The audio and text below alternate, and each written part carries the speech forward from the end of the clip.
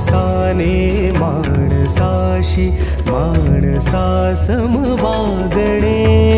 हीच आमुची प्रार्थना, हेच आमुचे मागणे.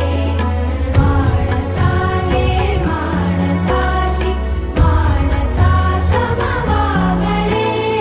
हीच आमुची प्रार्थना.